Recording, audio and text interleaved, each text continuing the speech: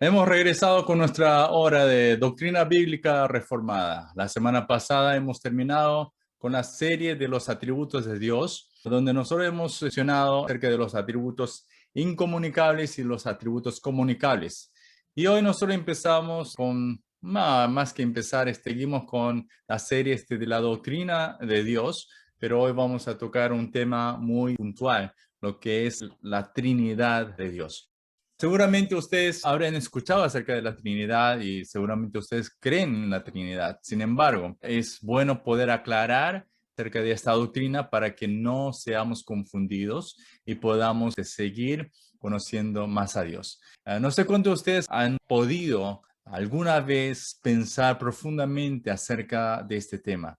Este es uno de los temas más polémicos y más debatidos también durante la historia de la iglesia, ya que muchas personas se han acercado con varias tendencias, ideologías, conceptos de la Trinidad, y es por eso que se sigue todavía esos debates. En cierta manera se ha logrado poder unificar varios conceptos y se ha podido contraer en una esencia de la doctrina. Sin embargo, no es la perfecta, porque nosotros no podemos llegar a la perfección del conocimiento de Dios, ya que nosotros somos hombres, somos humanos, somos creación y Él es Dios. Por eso es que nosotros podemos especular hasta un cierto nivel hasta donde Él se ha revelado, ¿sí? Hasta donde se ha revelado. Y por eso es que nosotros tenemos que entrar a la Biblia para poder conocer más de esta doctrina de la Trinidad de Dios. Entonces, vamos a ir rápidamente a nuestro tema de hoy. Y como ya hemos dicho, la Trinidad no es un término que nosotros podemos encontrar en la Biblia, sino es un término que se ha empezado a utilizar a través de uno de los eruditos que es Tertuliano, quien por primera vez utilizó este término y él también fue el primero que ha formulado la doctrina, ¿no?, de la Trinidad. A pesar de que no era en su perfección, que hubo muchas fallas, sin embargo fue el primero que ha abierto la caja, ha abierto, digamos, el camino para que esta parte, la doctrina de la Trinidad, pueda ser comprendida correctamente. Entonces, fue un hombre que hizo un papel muy importante de poder empezar con estudio de la doctrina de la Trinidad de Dios. Entonces, a pesar de que en la Biblia nosotros no encontramos el vocabulario Trinidad, nosotros podemos encontrar varios versículos que nos hablan acerca de la Trinidad. Entonces, no por el hecho de que no esté mencionando la Trinidad, no podemos decir que la Trinidad, la doctrina de la Trinidad sea falsa o sea antibíblica porque no está escrito, porque hay varios versículos bíblicos que están apoyando, que están dando evidencia de la Trinidad, de la existencia de la Trinidad. Entonces, esto se refiere a que la Trinidad se refiere a que hay un solo Dios, pero hay tres personas en ella, donde esa persona o sustancia o esencia, ¿sí? Como varias personas utilizan diferentes terminologías para hablar de la Trinidad, podemos llegar a la conclusión de que solamente hay un solo Dios, ¿sí? Pero que son tres en él. Entonces, vamos a ver rápidamente lo que la Biblia nos está diciendo acerca de la Trinidad. Primeramente, ¿no?, la Biblia, desde un comienzo hasta el final, va a dar una sola cosa, de que Dios es uno solo, un único Dios. Cuando nosotros hablamos de la Trinidad, hay personas, y por eso que había yo mencionado de que hay diferentes ideologías, diferentes conceptos y diferentes maneras de interpretar la Trinidad, y hay quienes dicen de que hay tres dioses. Entonces, o sea, que en vez de hablar de las tres personas, o sea, reconocen las tres personas, pero no como un solo Dios, sino cada cual por separado. Y por eso es que son tres dioses. Sin embargo, la Biblia nos está aclarando de que siempre va a ser un solo Dios, un solo Dios. En Deuteronomio capítulo 6, versículo 4 y 5 nos dice: Oye Israel, Jehová nuestro Dios, Jehová uno es, y amarás a Jehová tu Dios de todo tu corazón y de toda tu alma y con todas tus fuerzas. Entonces aquí ya nos está diciendo de que Jehová es uno solo. Jehová nuestro Dios, Él es Dios. Jehová uno es. Entonces no son varios, es uno solo. 1 Corintios capítulo 8, versículo 4 también nos está diciendo, acerca pues de las viandas que se sacrifican a los ídolos, sabemos que un ídolo nada es en el mundo y que no hay más que un Dios, ¿sí? Las viandas a muchos ídolos. Ídolos no son nada, pero solamente hay un solo Dios. Eso es lo que el apóstol Pablo está enfatizando. Y en Efesios 4, 6 también nos está diciendo, un Dios y Padre de todos, el cual es sobre todos y por todos y en todos. Así que para Pablo no hay que discutir este tema. La unicidad de Dios es único, no hay otro Dios. Aparte de estos versículos, nosotros vemos que hay tantos otros versículos que pueden hablar acerca de la unicidad de Dios, de que Dios es el único, es el verdadero y es el Dios Jehová. Entonces podemos concluir que no hay otro Dios y solamente hay uno solo, que es nuestro Dios creador, el Dios Jehová. También la Biblia nos está diciendo que hay tres personas dentro de un Dios, lo cual forma la Trinidad. ¿Sí? Cuando analizamos la Biblia atentamente, podemos notar que existen tres personas dentro de un solo Dios. Esto es el Padre, el Hijo y el Espíritu Santo. Así como en 2 Corintios capítulo 13, versículo 14, la oración de bendición que dice así, la gracia del Señor Jesucristo, el amor de Dios y la comunión del Espíritu Santo sean con todos vosotros. Amén. El apóstol Pablo estaba proclamando la bendición. ¿Sí? Terminando con esta carta de 2 Corintios, termina con esta bendición hacia la iglesia de Corinto.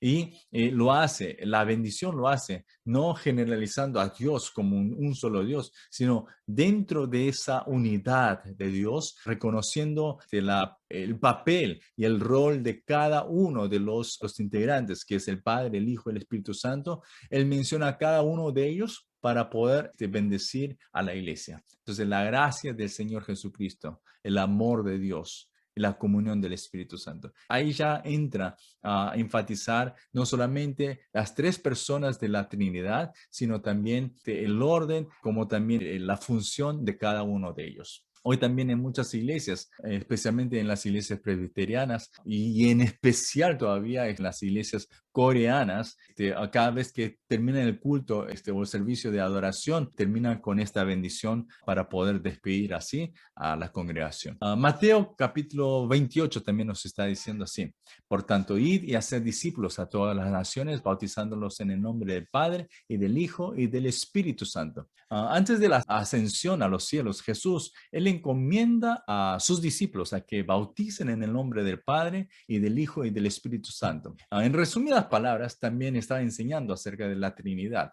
O sea, Jesús no solamente hablaba acerca del reino, sino también él estaba enfatizando que y el Padre eran uno, que también está enfatizando la Trinidad, ¿sí? Las tres personas dentro de esta divinidad.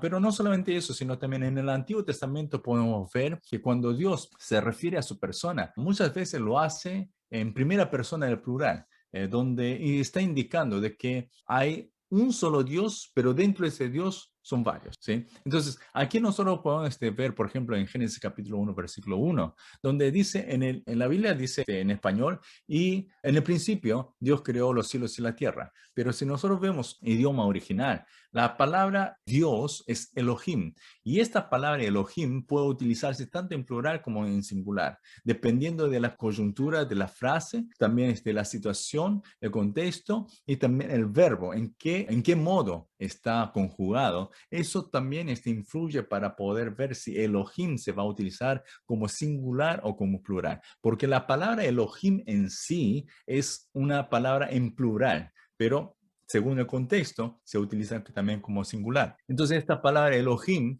¿sí? También se utiliza en el versículo 26. Entonces, para poder entender un poco y captar cuál es el significado y el contexto de Génesis 1.1, también podemos seguir viendo a través del capítulo 1 para ver qué es lo que se repite y cómo se va a mostrarse Dios. Ese mismo Elohim se va repitiéndose en varias partes. Y, por ejemplo, en el versículo 26 dice así, y Dios dijo, hagamos al hombre, hagamos, ¿sí? Entonces ahí ya nosotros podemos deducir de que la palabra hagamos está enfatizando a tres personas, o más bien dicho, o sea, antes de hablar de la Trinidad, vamos simplemente a analizar esta palabra hagamos. O sea, es más que uno, es plural. Entonces, cuando Dios está diciendo hagamos al hombre, o sea, crear al hombre, no puede decir a un ángel para crear al hombre, porque está diciendo hagamos al hombre a nuestra imagen y semejanza. Y entonces no podría traer un ángel y decir, oye ángel, vamos a hacer, hagamos un hombre, hagamos al hombre a nuestra imagen y semejanza.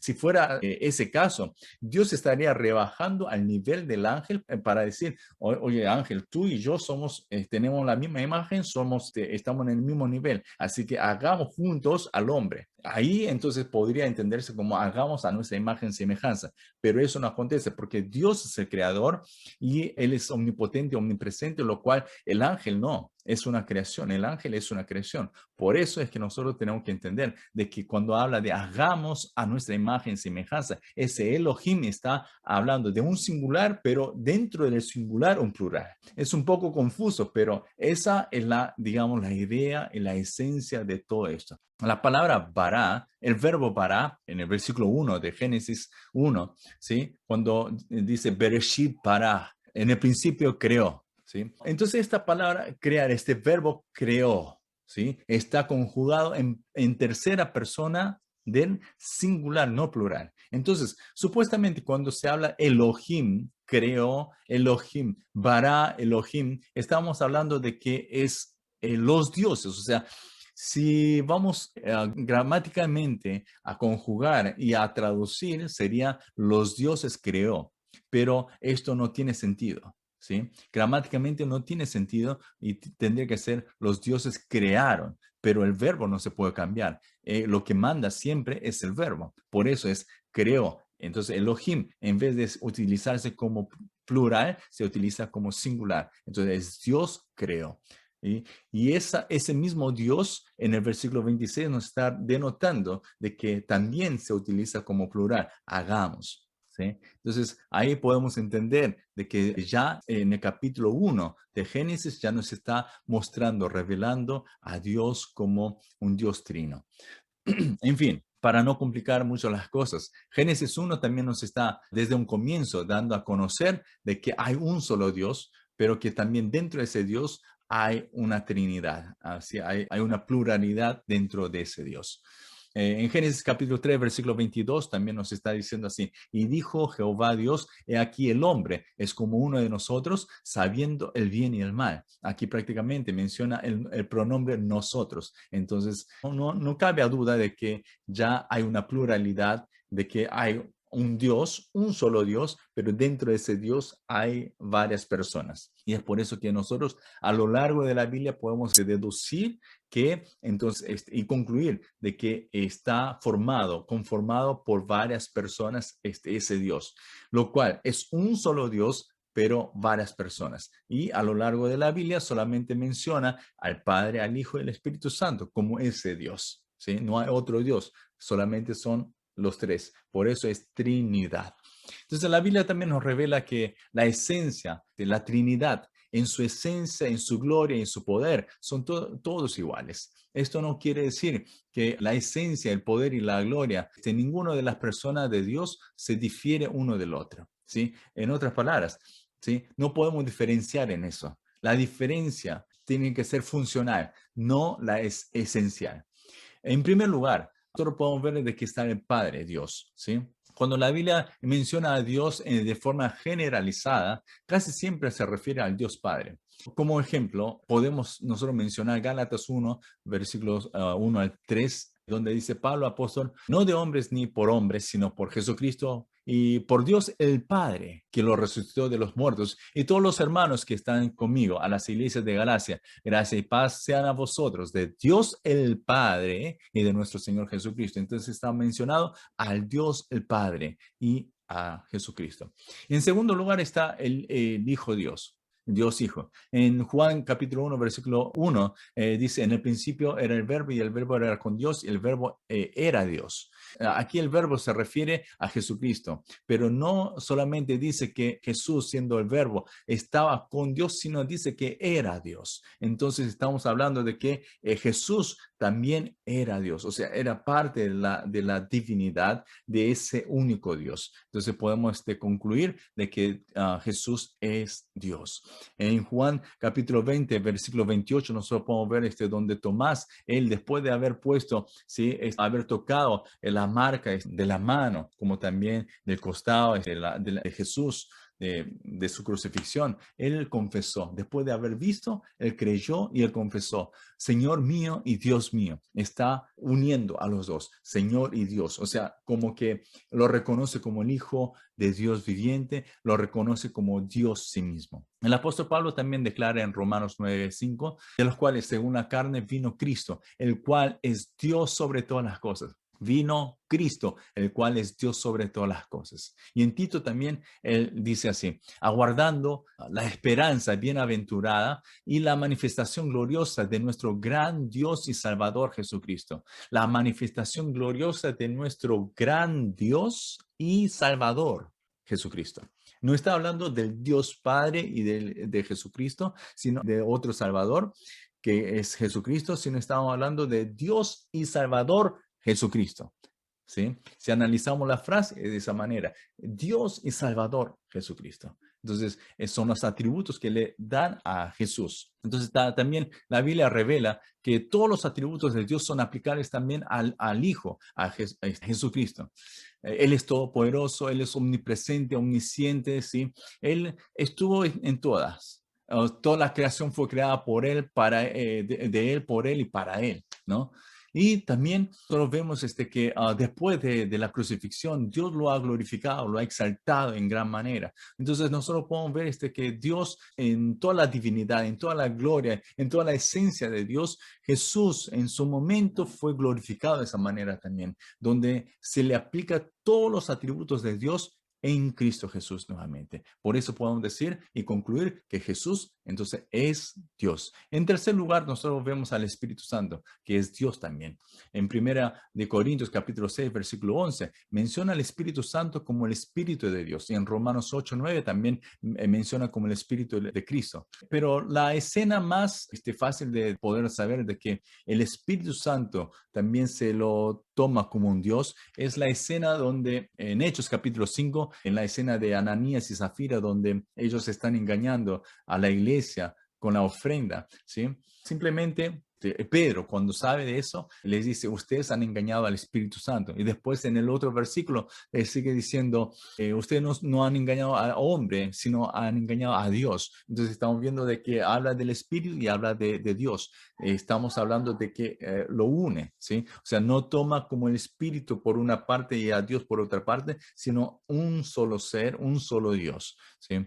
Entonces, a esto se refiere. Podemos entonces concluir otra vez de que el Espíritu Santo también a él se le aplica todos los atributos de Dios, los atributos incomunicables de Dios que eran netamente para Dios, aplicables tanto para el Padre, el Hijo y el Espíritu Santo.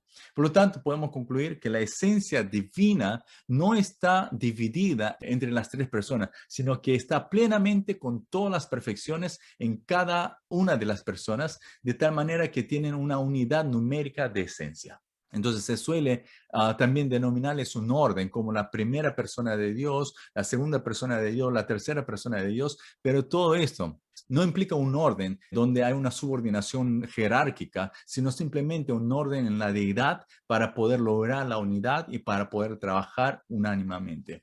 Esto no se refiere a que uno sea más importante que el otro, ni inferior al otro. Son perfectamente plenos en su esencia, poder y gloria. Recuerden de esto.